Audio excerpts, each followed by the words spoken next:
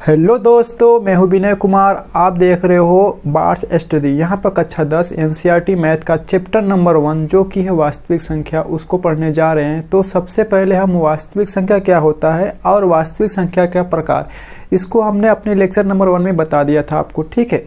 तो वास्तविक संख्या अध्याय में हमारा एक प्रमेय है जो कि है अंकगणित की आधारभूत प्रमेय। आज हम लोग उसी पर चर्चा करेंगे। तो अंकगणित की आधारभूत प्रमेय को जानने के लिए आपको मालूम रहना चाहिए कि भाज्य संख्या और अभाज्य संख्या क्या होता है, ये मालूम रहना चाहिए, ठीक है। तो बहुत से प्यारे बच्चों को भाज्य संख्या और अभाज्य संख्या क्या होता है मालूम होगा, लेकिन बहुत से हमारे भैया दोस्त ऐसे भी हैं जिनको भाज्य संख्या और अभाज्य संख्या नहीं मालूम है, ठीक है। तो सबसे पहले हम भाज्य संख्या और अभाज्य संख्या के बारे में बात कर लेते हैं, ठीक है। तो हम पहले देखते हैं कि भाज्य संख्या अभाज्य संख्या क्या होता है, ठीक। अभाज्य संख्या,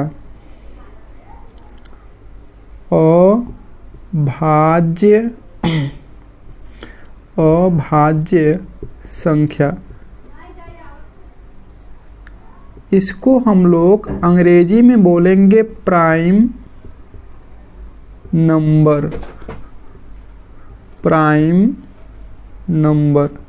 ठीक। हमने भाज्य संख्या और अभाज्य संख्या पहले लेक्चर में आपको बता दिया था, लेकिन मैं अब यहाँ पर दोबारा रिवीजन करा दूंगा, क्योंकि भाज्य संख्या और अभाज्य संख्या आपका जो ये प्रमेय है इन दोनों का बात होगा, ठीक है। तो अभाज्य संख्या क्या होता है, ध्यान से सुनिएगा। अभाज्य संख्या क्या होता है, ठीक है। जो संख्या एक और स्वयं के अलावा किसी के पहाड़ा में ना आए उसे हम बोलेंगे अभाज्य संख्या। समझ में आया कि ऊपर से चला गया? फिर से सुनिएगा दोबारा कि जो संख्या एक और स्वयं के अलावा किसी के पहाड़ा में ना आए उसे कहते हैं अभाज्य संख्या, ठीक। मतलब अभाज्य संख्या वह संख्या होता है जो या तो स्वयं के पहाड़ा में आएगा या केवल एक के पहाड़ा में आएगा। बात समझ में आई, ठीक। जैसे हम एग्जाम्पल लेते हैं 2, ठीक, 3, ठीक, 5, 7, ये सब क्या है, अभाज्य संख्या है। कैसे मालूम चला मेरे भाई कैसे मालूम चला कि ये अभाज्य संख्या है? क्योंकि हमको मालूम है कि ये हमारा 2 केवल एक के पहाड़ा में आता है और केवल अपने 2 के पहाड़ा में आता है, ठीक है। इसी प्रकार हम 3 को देखते हैं तो 3 भी हमारा केवल एक के पहाड़ा में आता है और स्वयं अपने पहाड़ा में 3 में आता है, ठीक। इसके बाद हम 5 को देखते हैं तो 5 में भी वही, 5 केवल एक के पहाड़ा में आता है और अपने पहाड़ा में आता है, ठीक। तो हमने ये देख पा रहे हैं कि 2 हमारा एक के पहाड़ा में आता है, स्वयं 2 के पहाड़ा में आता है। तो अभाज्य संख्या यही तो है कि जो एक के पहाड़ा में आए और स्वयं के पहाड़ा में आए और किसी के पहाड़ा में ना आए। हाँ, ये भी बात ध्यान रखिएगा कि केवल एक के और स्वयं के पहाड़ा में आए और किसी के पहाड़ा में ना आए, ठीक है। आपको अभाज्य संख्या मालूम हो गया होगा। अब हम लोग देखते हैं कि भाज्य संख्या क्या होता है, ठीक।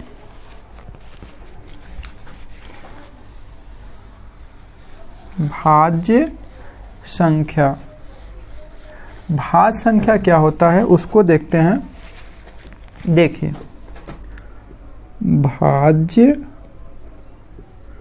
भाज्य संख्या, प्लीज वीडियो को अंत तक देखिएगा, क्योंकि अंत तक देखेंगे तो आपको एकदम सिंपल वे में अंकगणित के आधारभूत प्रमेय क्या होता है, यह प्रमेय हमको क्या बताती है, क्या कहती है, एकदम सिंपल वे में समझाने की कोशिश करूंगा, ठीक है। तो सबसे अब इसके बाद हम लोग देखते हैं भाज्य संख्या क्या होता है। देखिए, अभाज्य संख्या क्या होता है ये आपको मालूम चल गया, तो भाज्य संख्या क्या होता है ये आपको बहुत आसानी से मालूम चल जाएगा, ठीक है। तो भाज्य संख्या क्या होता है, वह संख्या जो एक और स्वयं के अलावा और किसी के पहाड़ा में आ जाए, ठीक है। वह संख्या जो एक और स्वयं के अलावा और किसी के पहाड़ा में आ जाए उन्हें हम लोग प्यारे बच्चों बोलेंगे भाज्य संख्या। समझ में आई बात? ठीक है, तो भाज्य संख्या हमारा 4 है। देखिए 4 को लेते हैं, चेक करते हैं कि क्या यह भाज्य संख्या है।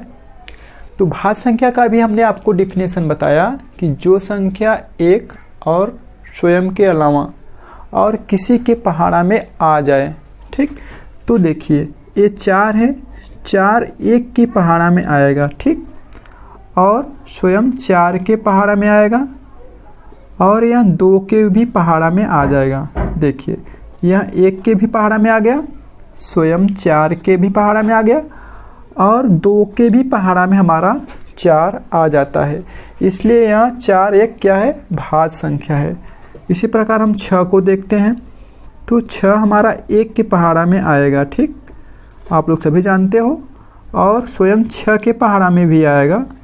ठीक, और यहाँ 3 दूनी के 6, 3 के भी पहाड़ा में आ जा रहा है, इसलिए यह एक भाज्य संख्या है। ठीक, तो अभी आपने जाना कि भाज्य संख्या और अभाज्य संख्या क्या होता है। ठीक है, अब इसके बाद हम लोग प्रमेय के बारे में चर्चा करते हैं। ठीक, सबसे पहले हम 18 का गुणनखंड करते हैं। ठीक, 18 का क्या करते हैं? गुणनखंड करते हैं। इसका गुणनखंड करने के लिए हम ऐसे एक खड़ी पाइच लिया, एक बेड़ी पाइच लिया। सबसे पहले हम चेक करते हैं कि 18 वह कौन सी सबसे छोटी अभाज्य संख्या है जो 18 को पूरा पूरा काट देगी। ठीक है, तो 2 के पहाड़ा में हमारा 18 आता है, मतलब 2 हमारा 18 को पूरा पूरा काट देगी। तो यहाँ पर हम लोग लिखते हैं 2। ठीक, यहाँ पर 2 9 18। ठीक, और फिर हम लोग देखते हैं कि 9 को वहाँ सबसे छोटी अभाज्य संख्या कौन सी है जो 9 को पूरा पूरा काट देगी। तो 2 तो काट नहीं पाएगी क्योंकि 2 चौके 8 होता है, एक हासिल बच जाएगा। तो हम लोग उसके बाद वाली अभाज्य संख्या को देख लेते हैं जो कि है 3। 3 को देखते हैं तो 3 त्रिके 9। तो यह 3 से अगर हम इसको काटेंगे तो 3 से चला जाएगा। ठीक है, 3 त्रिके 9। फिर अब ये 3 है तो 3 से ही जाएगा। ठीक है, तो 3 एक कम 3। तो ये 18 को हम 18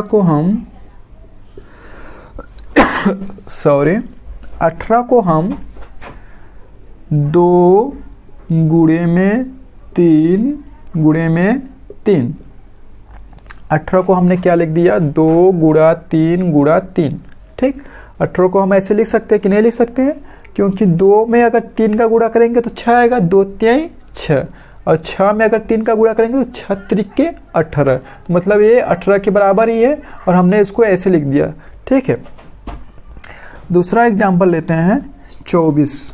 24 का गुणनखंड करते हैं। ठीक है, 24 का गुणनखंड करते हैं। देखिए सबसे पहले हम यही काम करेंगे, यही चेक करेंगे कि वह कौन सी सबसे छोटी अभाज्य संख्या है जो 24 को हमारा पूरा पूरा काट दे। तो सबसे पहले हमें सबसे छोटी अभाज्य संख्या हमारा 2 है, तो 2 से हम चेक करते हैं कि क्या हमारा 24 2 से कट जाएगा। देखिए 2 से अगर हमको नहीं मालूम चलता कि कौन सी संख्या 2 से विभाज्य है, तो 2 से विभाज्यता के लिए जो हमारा इकाई अंक है ना, वो हमारा 2 4 6 8 0।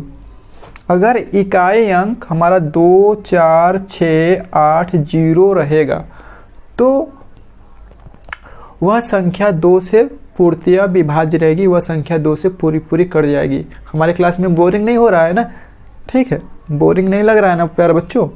तो अब हम देखते हैं कि यहाँ देखो इकाई अंक 4 है, तो यह 2 से पूरी पूरी कट जाएगा। ठीक है, तो अब 2 से भाग देते हैं, तो 2 एक कम 2 बचा 4, 2 दूनी के 4।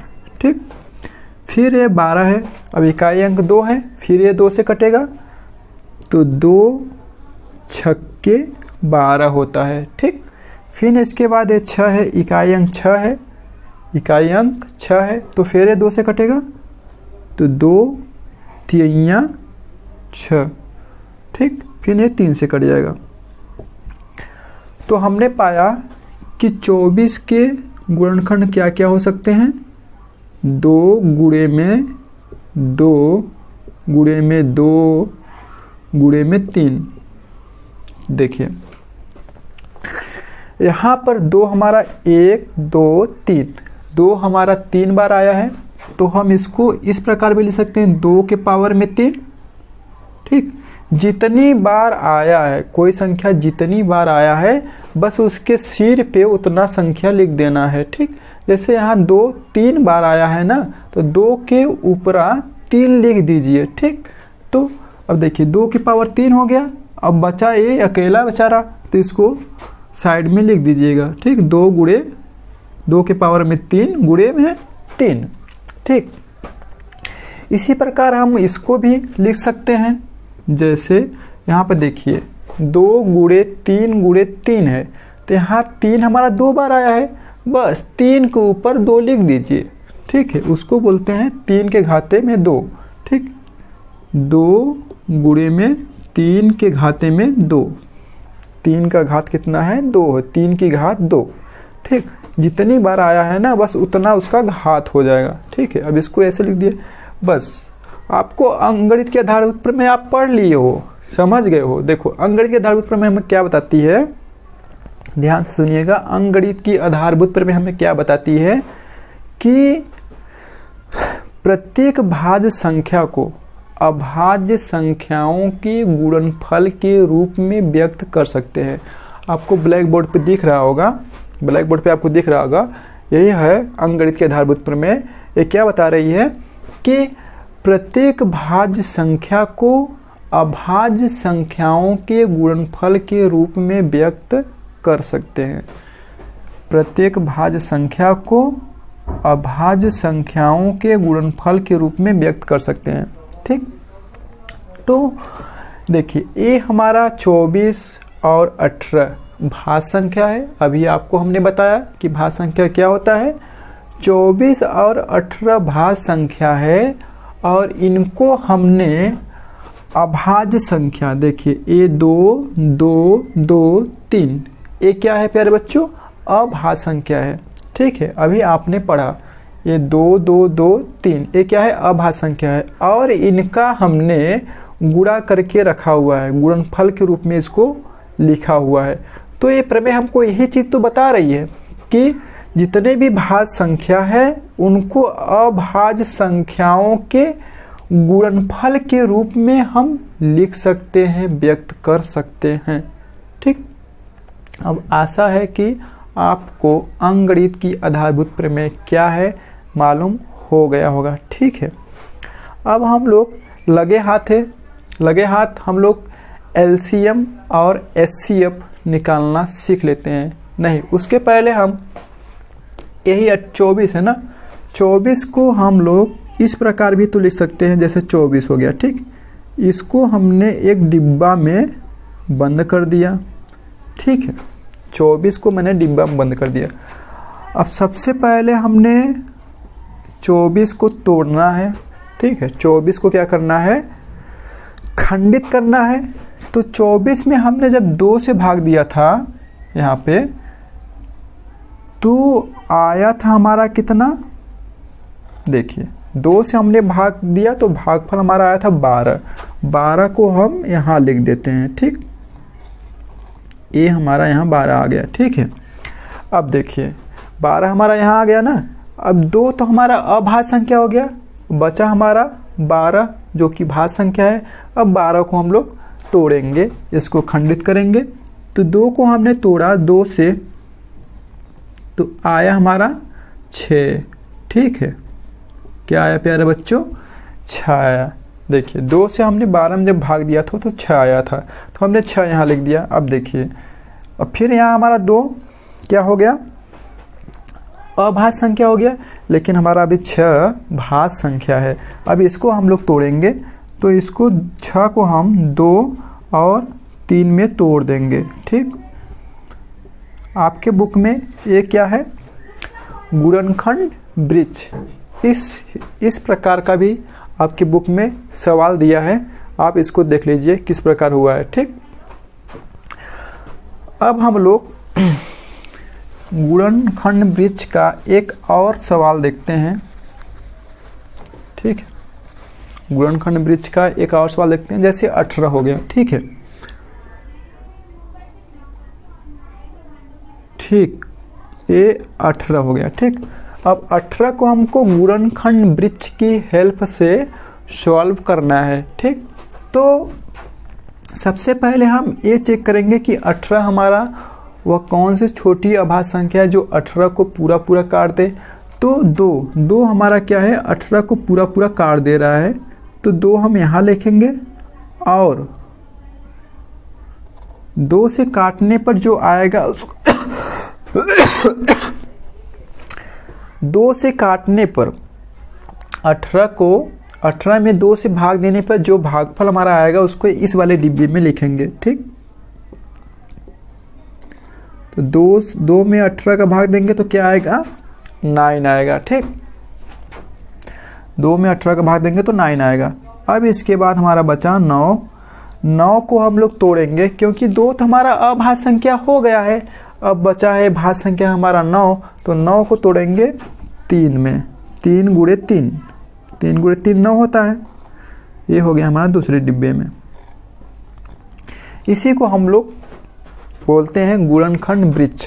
ठीक है, अब हम लोग चलते हैं कि लसा और मसा को कैसे ज्ञात करते हैं।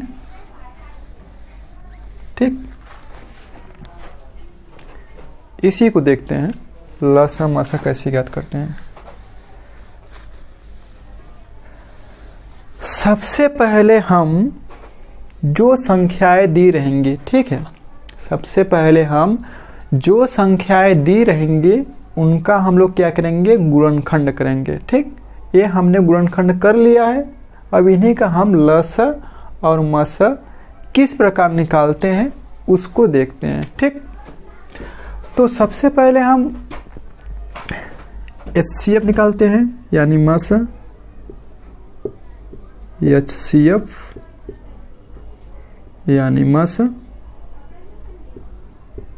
ठीक, देखिए आपने आधा काम कर लिया है। अब केवल इसको देख के और यहाँ पर HCF क्या होगा उसको बताना है। देखिए HCF में क्या कौन सी संख्या लिखते हैं, पहले जो दोनों में उभयनिष्ठ हो, मतलब जौन दोनों में हो उसको लिखते हैं। ठीक, तो देखिए यहाँ 2 के पावर में 3 है, हाँ, और गुणे में 3 है।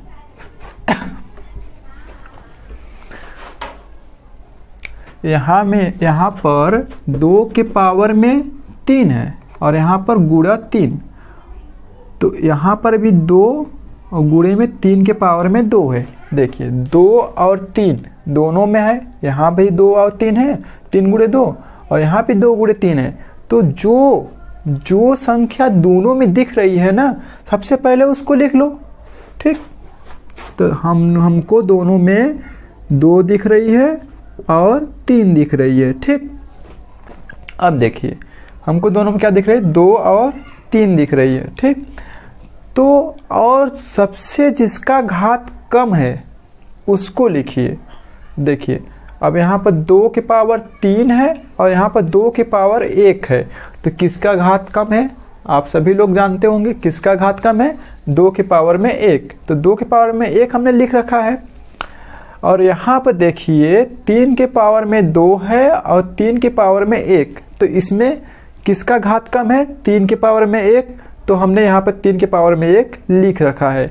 तो अब इन दोनों को हम गुणा करेंगे, क्या आएगा, 2 गुणे 3 बराबर 6। ठीक, तो ये हमारा हो जाएगा HCF। एक बार दोबारा से सुनिएगा HCF कैसे निकालते हैं। पहले दी गई संख्याओं का हम गुणनखंड करेंगे। ठीक है, पहले दी गई संख्याओं का हम क्या करेंगे, गुणनखंड करेंगे। फिर उन गुणनखंड में हम ये देखेंगे कि कौन दोनों में लौकता, कौन संख्या वहुम बा और यहुम बा। ठीक है, कौन संख्या कुल में बा, सबसे पहले उस सबके लिख लेंगे।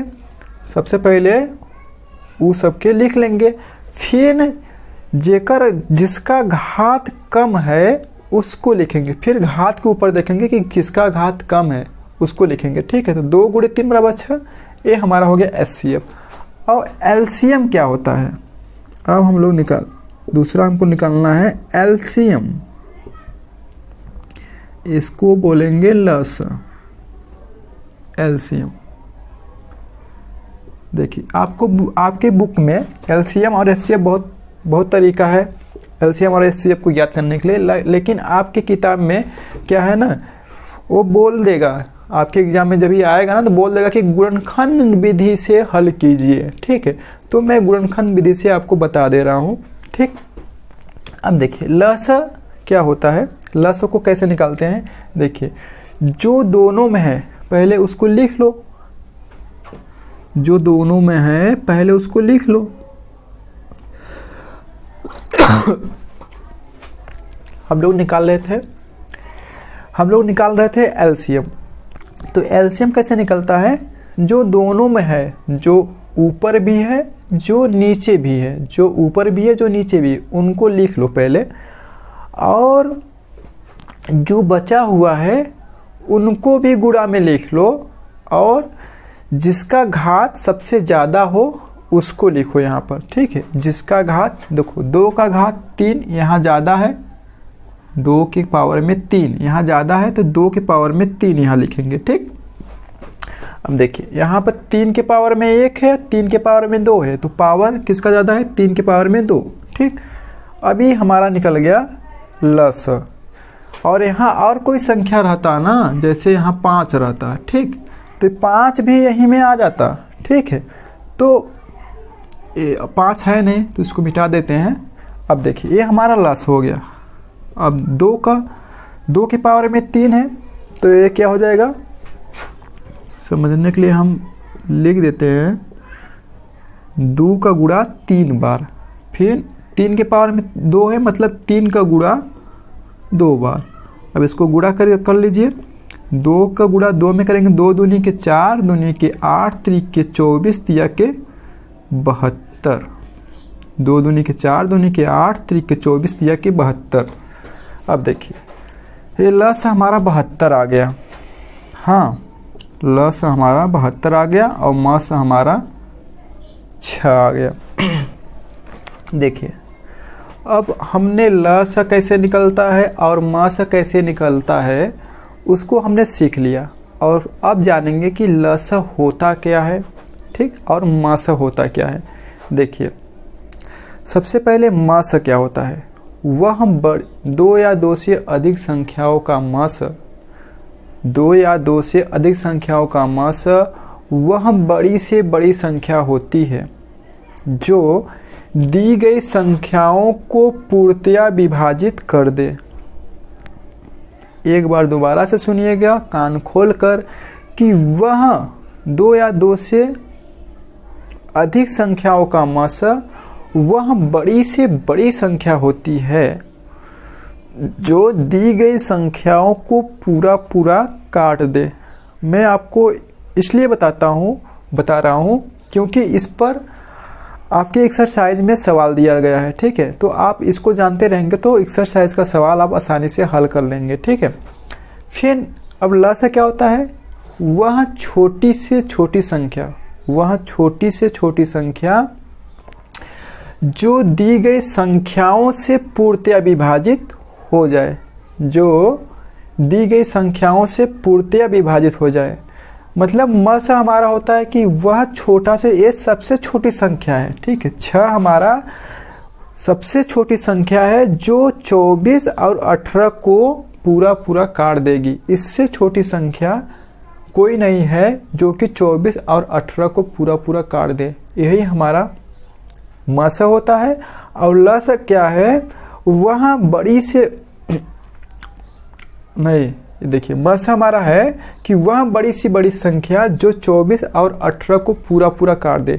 6 से ऐसी कोई बड़ी संख्या नहीं होगी जो हमारा 24 और 18 को पूर्णतया विभाजित कर देगी। ठीक है, इसी प्रकार हमारा लस है वह छोटी से छोटी संख्या है, यह सबसे छोटी संख्या है जो हमारा 24 से भी भाग देने पर कट जाएगी और 18 से भी भाग देने पर कट जाएगी। यही मैंने आपको बताया कि लस और मस क्या होता है। ठीक है, आज के लिए बस इतना ही, धन्यवाद।